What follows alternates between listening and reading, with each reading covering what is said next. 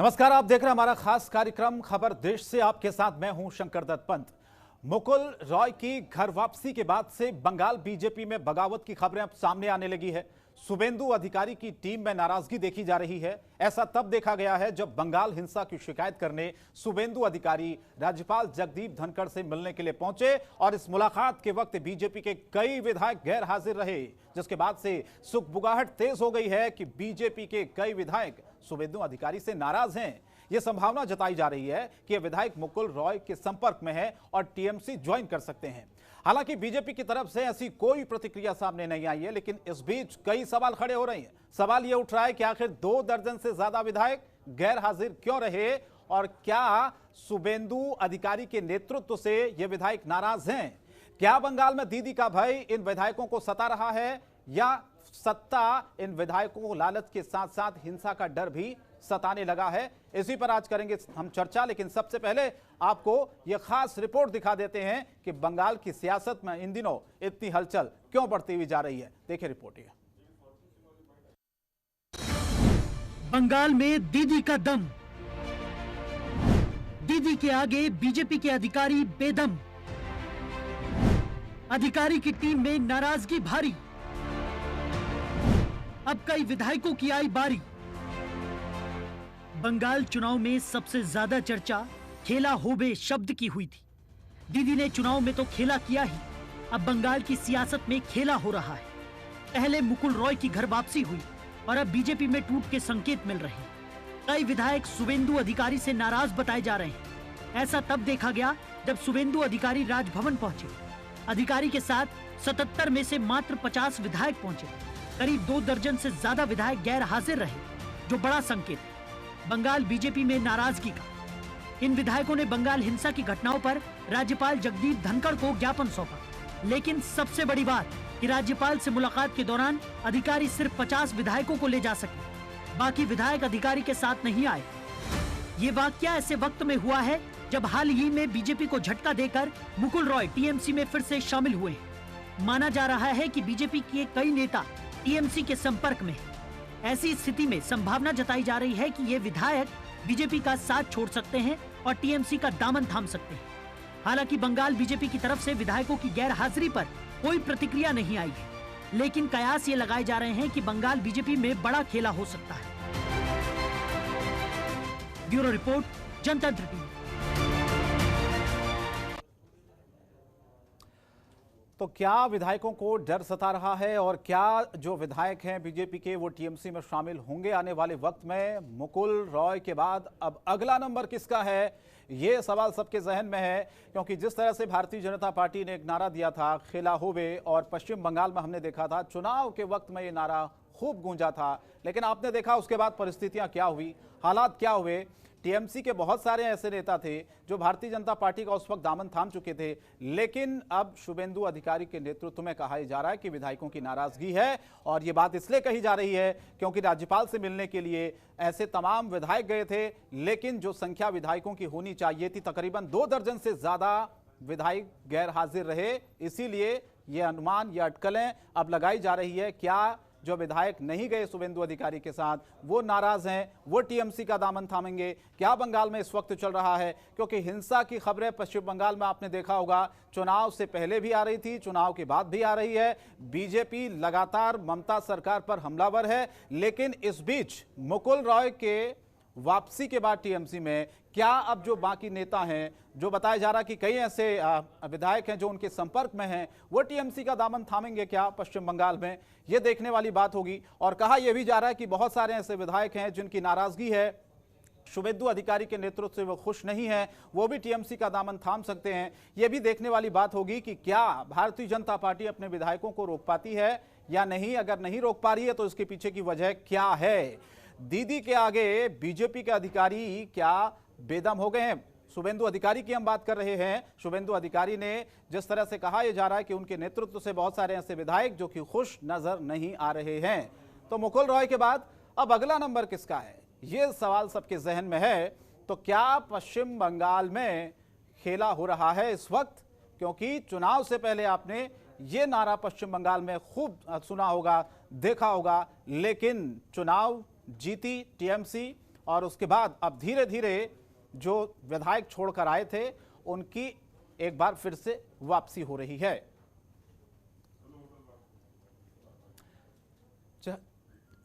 चले हम चर्चा की शुरुआत कर लेते हैं। रमाकांत मिश्रा जी, प्रवक्ता भारतीय जनता पार्टी के हमारे साथ जुड़ चुके हैं। टीएमसी के प्रवक्ता भी हमारे साथ जुड़ेंगे। उससे पहले रमाकांत जी मैं आपके पास आता हूं।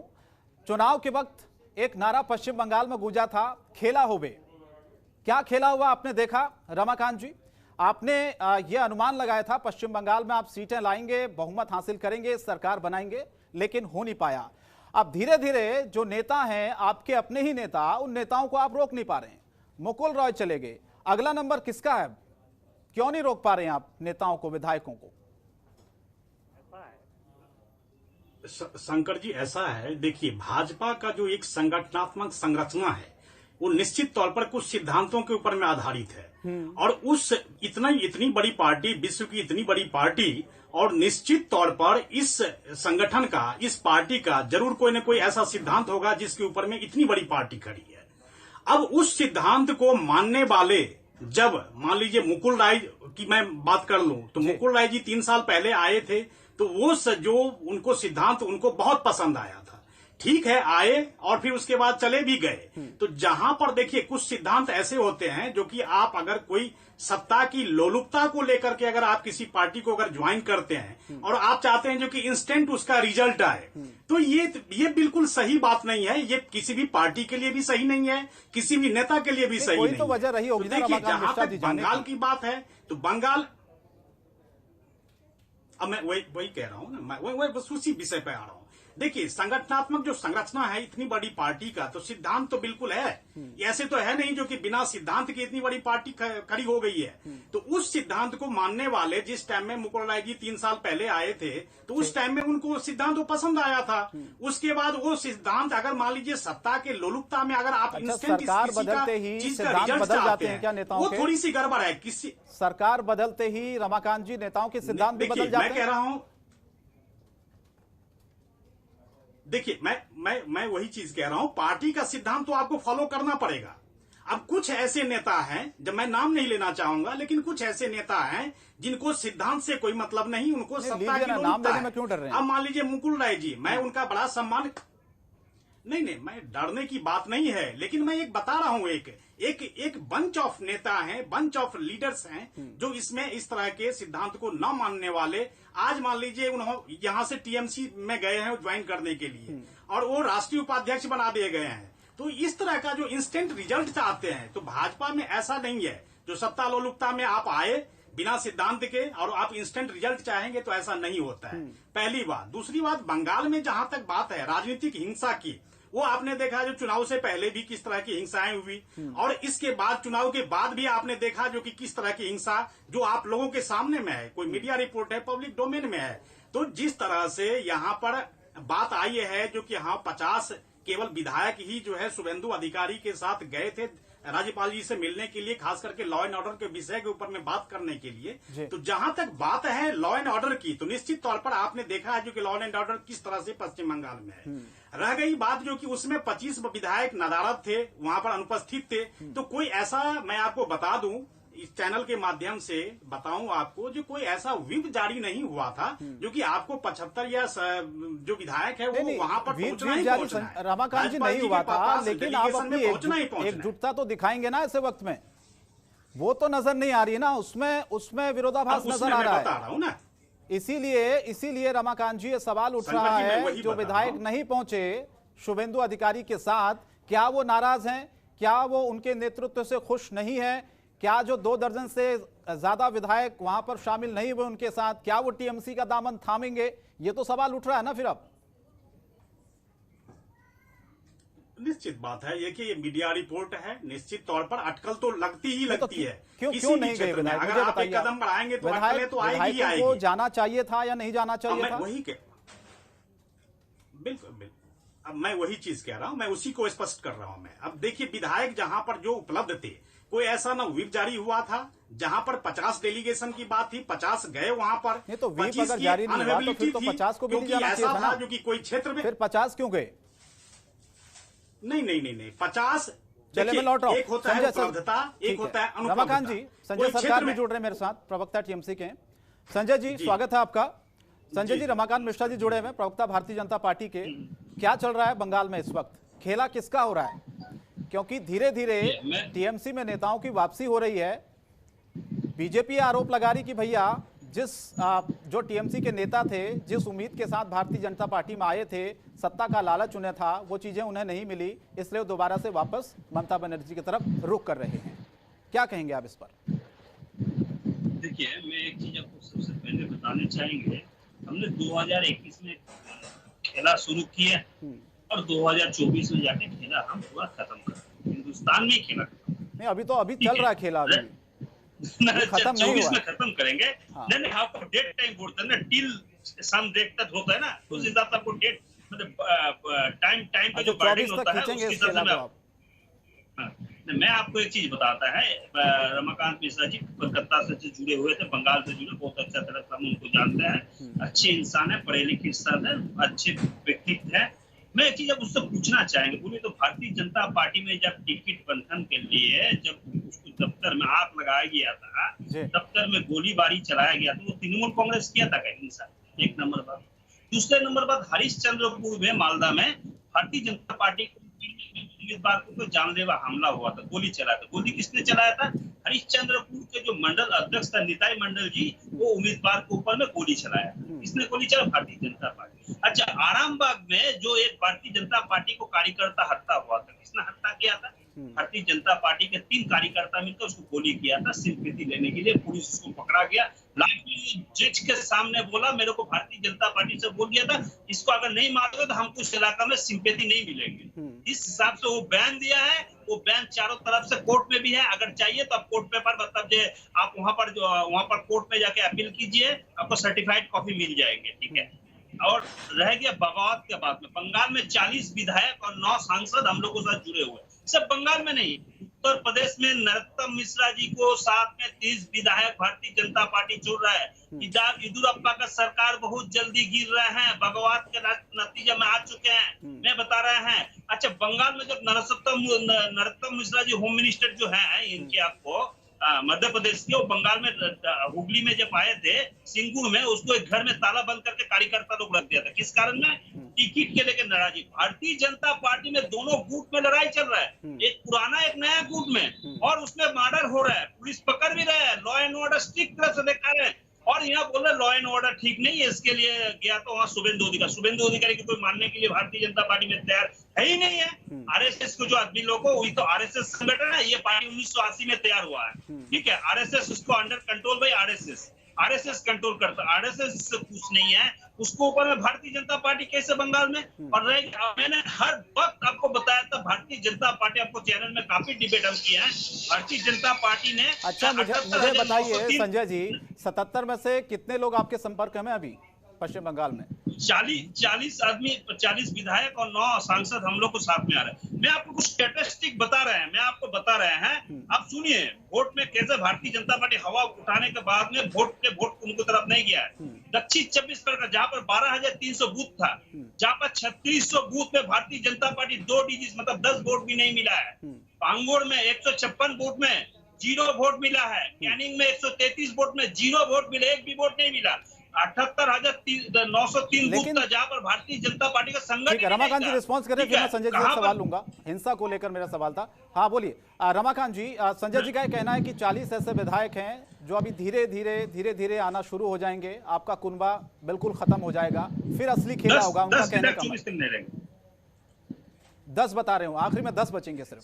शंकर जी ऐसा है जो कि देखिए ऐसा है शंकर जी, ऐसा है जो कि कोई भी पार्टी जब टीएमसी छोड़ करके जब कोई भी नेता आए थे यहाँ पे भाजपा में ज्वाइन होने के लिए, तो उस सिद्धांत को लेकर के ही आए थे, जो कि भाजपा का जो सिद्धांत है उसी का वो अनुसरण करेंगे। तो अब देखिए जिस तरह से आप अटकलें कह रहे हैं, जो कि हमारे संजय जी कह रहे हैं, जो कि बहुत सारी अटकलें हैं, जो कि यहाँ से 40 विधायक चले जाएंगे, 9 सांसद चले जाएंगे, ऐसी कोई बात नहीं है। बिल्कुल ये अटकलें हैं। और इस चीज को मैं आपको एश्योर कर रहा हूँ। देखिए मुकुल राय जी का मैं एक चीज कहना चाहूंगा, आए निश्चित तौर पर उस समय में उनको सिद्धांत बहुत अच्छा लगा, पार्टी का सिद्धांत अच्छा लगा, भाजपा का सिद्धांत अच्छा लगा, लेकिन अब जैसे यहां से अभी गए हैं तो राष्ट्रीय उपाध्यक्ष बना दिए गए। तो इस तरह की जो सत्ता की लोलुपता है, जैसे कुछ ऐसे नेताओं में है, तो वो आकर के ठीक है, वो आए वो गए।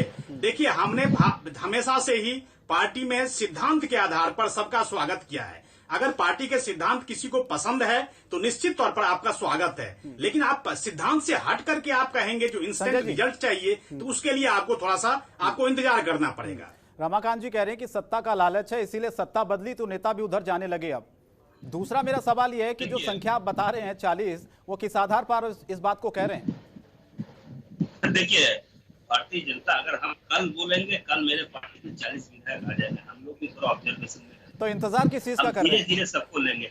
और भारतीय जनता पार्टी तो सबको डरा धमका के, मेरे पास सीबीआई नहीं है, ईडी नहीं है, आईटी नहीं, इनकम टैक्स ऑफिसर नहीं है, डीआरआई नहीं है, एनआईए नहीं है, ये तो सबको इसको देखा लेके गया था। अभी भारतीय जनता पार्टी जो भावधारा को दर्द बताता है, ये तो एक कॉम्युनल पार्टी है। दूसरा नंबर तालिबानी आतंकवादी पार्टी है, ठीक है। कहीं कहीं ना कहीं इन लोग को साथ में आतंकवादी को साथ जुड़े हुए हैं, इसको संगठन आतंकवादी को साथ जुड़े हुए हैं। तो प्रज्ञा महाराज जिसको बोला जाता है, प्रज्ञा साध्वी जिसको बोला जाता है, ये इतना बड़ा आरोप मत लगाइए संजय जी। नहीं मालेगांव बम ब्लास्ट में जुड़े हुए थे, ठीक है। उनको निताई स्वामी जी थे, वो भी मालेगांव में जुड़े हुए थे, ब्लास्ट में जुड़े हुए थे। ये आतंकवादी संगठन है, शंकर जी, इसको भागधारा का होता है। ये देश में संजय जी प्लीज 7 साल में देश में काम किया है, 7 साल में देश में 10 लाख करोड़ रुपए बैंक लूटे हैं। 10 करोड़ 10 लाख करोड़ बैंक लूटे, 28 आदमी गुजरात। ठीक है, जवाब लेने दीजिए रमाकांत जी। 27 आदमी गुजरात के थे, 27 बोले दीजिए। लोकतंत्र लोकतंत्र में हम चौथा स्तंभ में बैठे हुए हैं। मेरे को लोकतंत्र देखिए, ऐसा है शंकर जी, बात बंद नहीं कर सकते हैं, ठीक है। देखिए बोले अच्छा, जो 10 लाख करोड़ रुपए बैंक घोटाला हुआ है, ऐसा है, उसमें 27 आदमी 28 में 27 आदमी गुजरात का है। अगर नाम चाहिए तो नाम हम आपको गिना देंगे। अभी संजय जी नाम आपको गिना देंगे, जो 27 आदमी गुजरात का है, जो 10 लाख करोड़ रुपया लेकर देश से फरार हो गया। आज नीरव मोदी को देश में लेके नहीं आ पा रहा है। ठीक है, रमाकांत जी को जवाब तो देने दीजिए। नहीं लेकर आ पाएंगे। शंकर जी हमने लिया 65%। भारतीय जनता पार्टी मेरा पैसा। ठीक है संजय जी, आपने बहुत सारे आरोप लगाए, जवाब तो ले लेने दीजिए। शंकर जी, देखिए, वाद विवाद का एक दायरा होता है। तो जिस तरह से ये इस तरह की बातें कर रहे हैं, पाकिस्तान है, तालिबानी है, आतंकवादी है, इस तरह की भाषा की मर्यादा बिल्कुल क्रॉस कर रहे हैं। ऐसे नहीं होना चाहिए। देखिए, वाद विवाद का जिस तरह से देखिए शंकर जी, पहले इनको पार्टी तालिबानी है। संजय जी, आप सुनने की कोशिश करिए, आपने बात रख दिया, आपने बात रख दिया। देश में खतरा है, मेरे मित्र, आपने बात रख दी, नौजवान खतरा में है। शंकर जी, ऐसे कैसे डिस्कस होगा? आपने सवाल पूछे, जवाब तो देने दीजिए। ऐसे डिस्कस नहीं होगा। 7.5 में आके गिरे प्लीज हैं। संजय जी, ऐसे डिस्कस नहीं होगा। संजय जी, आप हिंदुस्तान जीडीपी, ठीक है, रमाकांत जी आप बोलिए। 7.5% में देखिए, ठीक है संजय जी, आपने सवाल पूछेंगे, जवाब तो लेंगे ना। आतंक में घुसे हुए हैं। अरे संजय जी, जवाब तो लेंगे, आपने सवाल पूछे तो। बोलिए। हाँ, जवाब दीजिए जल्दी। देखिए शंकर जी, ऐसा है, देखिए, हम आज राजनीतिक हिंसा, जहां पे वहां पर राजनीतिक हिंसा, चाहे जिस तरह की हिंसा की जो प्रवृत्ति वहां पर टीएमसी का रहा है, चाहे पीछे भी सीपीआईएम का रहा है, हर एक का, देखिए, वहां की जनता पिस रही है। वहां पर एक भय का माहौल है। उस माहौल को हमें जनता को उससे निकालना है। अगर मान लीजिए टीएमसी निकाल रही है, अच्छी बात है। अगर वहां के लॉ एंड ऑर्डर सही हो रहे हैं तो अच्छी बात है ये। अगर मान लीजिए अगर उसके ऊपर में फोकस अगर टीएमसी नहीं दे पा रही है, और हमने एक डेलीगेशन के साथ हमने राज्यपाल को ज्ञापन सौंपा है, तो इसमें कोई खराबी कहां बात? हम तो लोकतंत्र को बचाने की बात कर रहे हैं। आप तालिबानी कह रहे हैं, आप पाकिस्तानी कह रहे हैं। अब मैं आरोप और प्रत्यारोप लगाऊं, इससे जनता का समस्या का तो समाधान नहीं होगा ना। इस चीज को समझने की कोशिश करिए। देखिए, हम सब इस लोकतंत्र और संविधान से बंधे हुए हैं। और उसका किस तरह से बचाव हो, और जनता का विश्वास हम जैसे प्रतिनिधि के ऊपर में है, और उस प्रतिनिधि के द्वारा अगर वहां का शासन अगर 10 साल से 25 साल से अगर त्रस्त है, उसको निकालने का भी जिम्मेदारी हम लोगों का होना चाहिए। इसमें कोई दो मत नहीं है। अगर वहां पर लॉ एंड ऑर्डर राजनीति चुनाव से पहले भी था और चुनाव के बाद भी हुआ है, ये हमारी पार्टी की तरफ से हुआ हो चाहे वो आपकी पार्टी की तरफ से हुआ। देखिए, ये मेरे रमाकांत भाई जी तो मेरे बड़े भाई है, मैं उनसे ज्यादा नहीं करेंगे। एक चीज बता, अच्छा चुनाव को पहले क्या घटना घटा, दिलीप घोष बोला, क्या बोला है, ओपन स्टेज में बता रहे हैं, हम 2 तारीख सत्ता में आ रहा है, तृणमूल का आदमी लोग को, कार्यकर्ता को बोलो घर से बाहर नहीं निकालना, नंगा करके गोली मारेंगे 20 सड़क में और पेट को ऊपर झुलाया जाएंगे। तृणमूल महिला कार्यकर्ता आप जो हिम्मत दिखा रहे, हिम्मत मत दिखाइए, आपको द्रौपदी की तरफ वस्त्रहरण होगा। और ये राहुल सिन्हा का बोला, शीतल कुची में 8 आदमी को क्यों माना है, 16 आदमी को मानने चाहिए। दिलीप घोष के बाद में सायंकाल बसु बोल रहे हैं, हम सत्ता में आएंगे तो गोली करके तृणमूल कार्यकर्ता को मार देंगे। शुभेंदु अधिकारी बोल रहा है, हम 2 तारीख में आने दीजिए, हम जोगी जैसे बंगाल को बना देंगे, एकदम सीधा कर देंगे। और यहाँ का जो ये पूर्व बंगाल के, तो संजय जी आप नहीं चाहते हैं ये जो घटनाएं जो हो रही हैं, कार्यकर्ताओं की हत्याएं हो रही हैं, ये बंगाल में रुके? नहीं, मेरे सूची सुनिए ना, मेरे बात अगर नहीं सुनिएगा तो आपको कैसे मालूम पड़ेंगे क्या हो रहा है नहीं हो रहा है। आप तो सुनिए मेरे बात भी। तो मैं बोल रहे हैं वहाँ हुआ है, भारतीय जनता पार्टी एक भड़काऊ जो भाषण दिया है, अभी जनता एक तरफ हो गया है और एक कट्टा होकर भारतीय जनता पार्टी को खिलाफ में उसी चीज में लड़ाई। ठीक है, आखिरी कमेंट रमाकांत जी से ले लेता हूं मैं, वक्त बहुत कम है मेरे पास। हाँ, आपने बात रख दी बात आपने संजय जी। रमाकांत जी देखिए शंकर जी ऐसा है, देखिए जनता का भला होना चाहिए। देखिए हम सब की कोशिश है जनता का भला होना चाहिए। अगर मान लीजिए वहां पर लॉ एंड ऑर्डर कहीं पे भी अगर लैक हो रहा है, कहीं पे कमी हो रही है, तो उस चीज को भाजपा वहां पर बिल्कुल उठाएगी। उस मुद्दे को राज्यपाल को अभी हमने ज्ञापन सौंपा है और निश्चित तौर पर आगे भी हम सौंपते रहेंगे। जहां पे भी अगर देखिए लोकतंत्र में यही खूबसूरती है, जो कि सत्ता पक्ष और विपक्ष होने के बाद जो है सो एक लोकतंत्र की मजबूती होती है। और विपक्ष के तौर पर हम वहां पर इस तरह के मुद्दे अगर होंगे तो जनता की भलाई के लिए हम उठाते रहेंगे। लेकिन विधायकों को कैसे रोकिएगा रमाकांत मिश्रा जी? संजय जी ने तो सीधे सीधे बड़ी बात कह दी, यहाँ पर सांसद विधायक सब उनके संपर्क में, 5 से 10 की संख्या बचेगी आखिरी में। शंकर जी मैं आपको बता रहा हूं, 3 से हम 77 पर गए। अब ये कह रहे हैं जो कि हमारे पास 40 हमारे संपर्क में है, ये बिल्कुल एक ऐसा अफवाह है। और इस चीज के ऊपर में हम आपके चैनल के माध्यम से कहेंगे, बिल्कुल ये कोरी अफवाह है, इसमें कोई नहीं।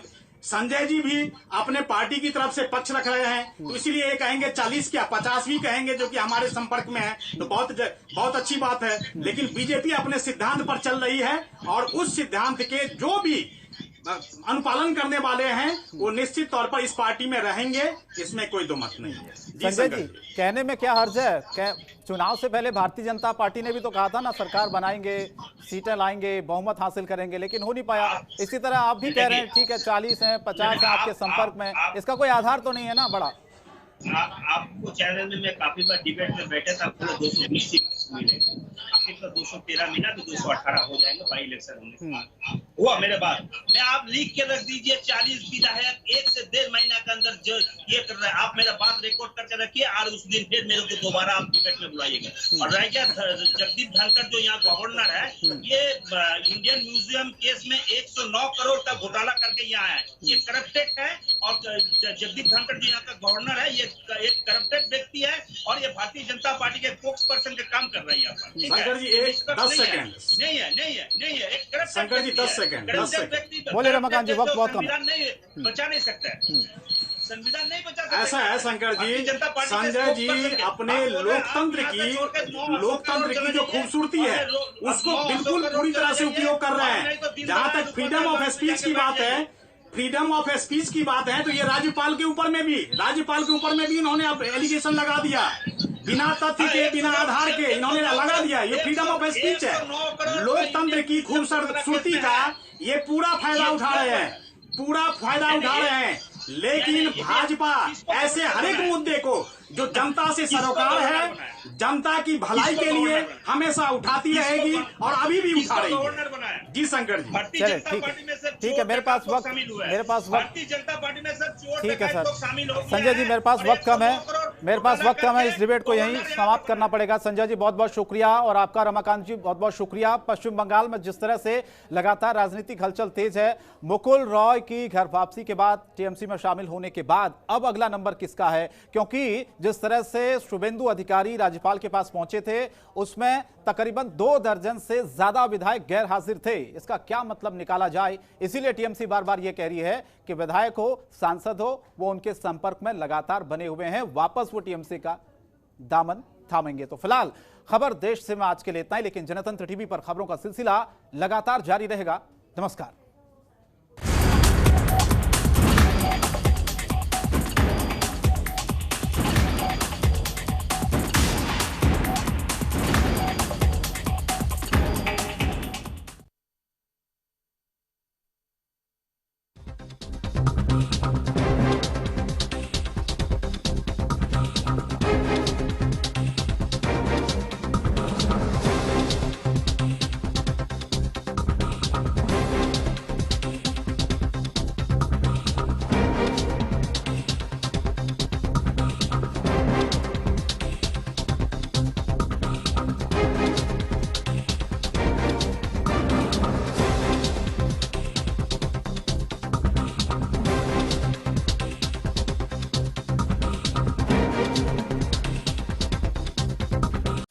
खबरों के निष्पक्ष विश्लेषण के लिए सब्सक्राइब करें Jantantra TV and press the bell icon. Never miss any update.